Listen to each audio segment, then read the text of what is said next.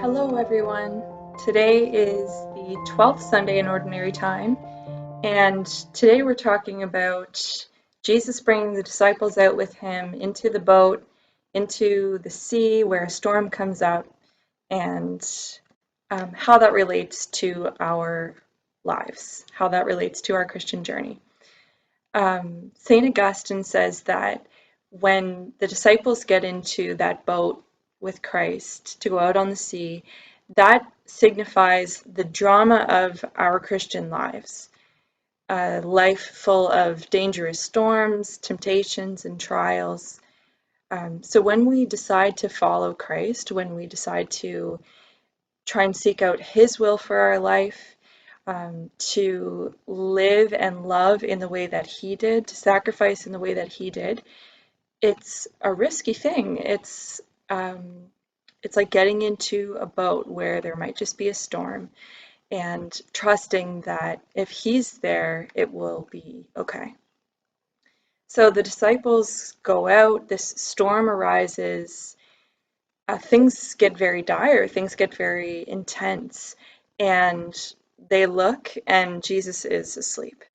And so I think at times in our life too, not only are we in a moment of difficulty, not only are we in some kind of a storm, but it seems like God is asleep. It seems like He's not really answering our prayers, or like He's not really doing anything about it. He's just letting things get bad. And I think that's how the disciples feel, because they say to Jesus, they wake him up and they say, Lord, do you not care that we're perishing? Do you not care? Um, and so I think we can be there ourselves sometimes. Lord, do you not care? Do you not see? Like, what are you doing? What are you up to while I'm here almost perishing in this storm? So why does Jesus go to sleep? Well, one of the fathers of the church says that He gives them time for their fear by going to sleep. And He gives them this time for fearing so that when He performs the miracle of calming the storm, they will have an even greater sense of it because of the sense of need and the sense of desolation that they were in before. One of the quotes in the Living with Christ for just a couple days ago, it was on Friday, is from St. Faustina. And she says, O soul, steeped in darkness, do not despair. All is not yet lost. Come and confide in your God, who is love and mercy. So in those moments of difficulty, the trials and the struggles of our life, which are various and different for every person, um, we have an opportunity to call on Christ from a position of real need, from a position of understanding that we need a Savior. We need God to repair things that we can't repair as humans. We can't calm a storm. We can't just speak and the waters will be calm. And this is something that the disciples knew, and that's why when Jesus does wake up and He does calm the storm, they are like in fear and trembling. They're in awe of Him because they had a tradition behind them, and they knew from the Old Testament that the only one who can speak to a storm and calm it is God. And so they knew from this action of Christ, like, this is not a man, this is God.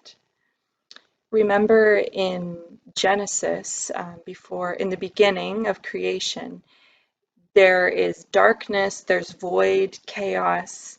The Spirit is hovering over the deep.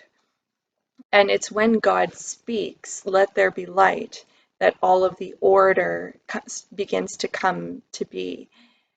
He orders creation with His word, and He calms that chaos, calms the darkness, lightens the darkness.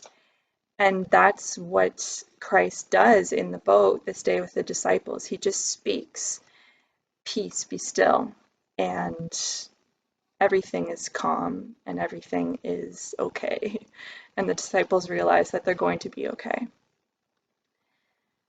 And so, how does this translate into our real life?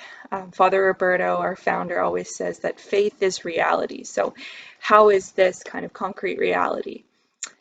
Well, what if in our daily life, when we experience storms, when we experience maybe could be difficulty with the people in our lives, with a coworker, the people that we live with, the storm could be something that we're going through interiorly, a struggle with our faith, a struggle with feeling anxious or fearful about things.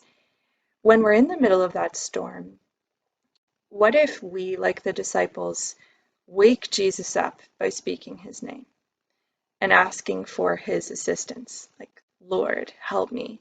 Jesus, help me. Jesus, have mercy on me. Um, and let's see if he comes and calms the storm in our lives as he did with the disciples that day. And as a last thing, today is also Father's Day. And so I wanted to say happy Father's Day to my own dad, to all of our priests, all of the people who are spiritual fathers, to all of you fathers out there. We need your fatherhood and your manhood. And we are so grateful for the way that you show us God's love as a father. And so God bless you, and I hope you have a wonderful week.